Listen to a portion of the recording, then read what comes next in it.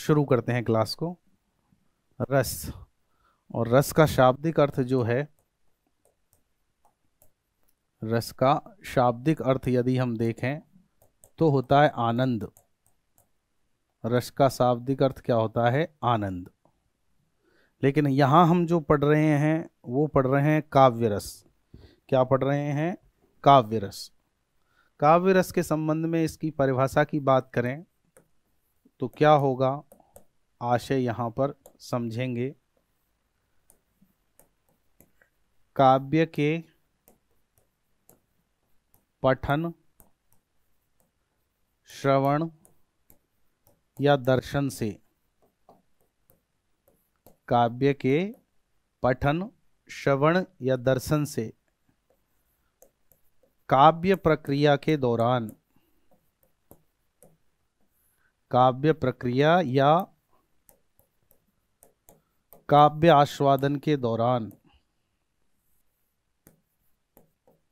काव्य प्रक्रिया या काव्य आस्वादन के दौरान सहृदय को जिस अलौकिक आनंद की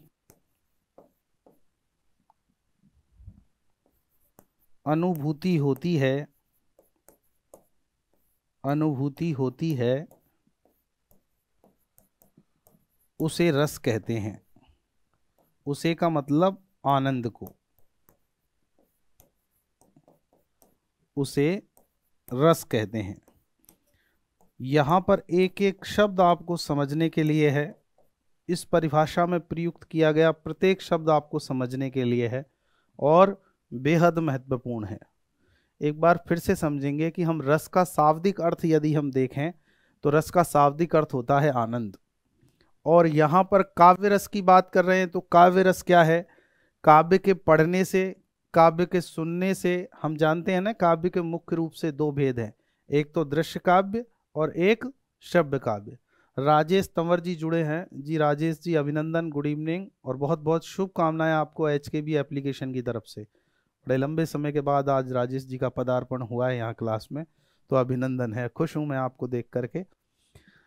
काव्य के पठन, श्रवण या दर्शन से, तो इस जगह पर मैं आपको समझा रहा था कि काव्य के मुख्य रूप से दो भेद होते हैं, एक तो श्रव्य काव्य और एक दृश्य काव्य। यानी कि या तो काव्य को सुना जाएगा या काव्य को देख करके पढ़ा जाएगा या देखा जाएगा, ऐसा हम कह सकते हैं। तो जहां पर काव्य को पढ़ने से अथवा काव्य को सुनने से हम जो कुछ भी किसी भाषा में रचित देखते हैं उसे काव्य कह लीजिए, उसे साहित्य कह लीजिए। शब्दों के फेर में हमें नहीं पढ़ना, भाषा में लिखित तमाम बातें सब काव्य और साहित्य हैं, क्योंकि यहाँ पर हमें समझना रस को है और बातों को विस्तार नहीं देंगे। काव्य के पढ़ने से, काव्य के सुनने से और काव्य को देखने से। यहाँ पर देखने से आशय है जैसे आप चलचित्र देखें, सिनेमा देखें, धारावाहिक देखें, कोई फिल्म देखें, मूवी देखें, वो तमाम नाटक देखें।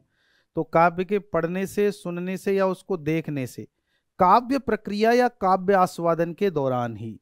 इस शब्द के मायने क्या हैं, इस शब्द के मतलब क्या है?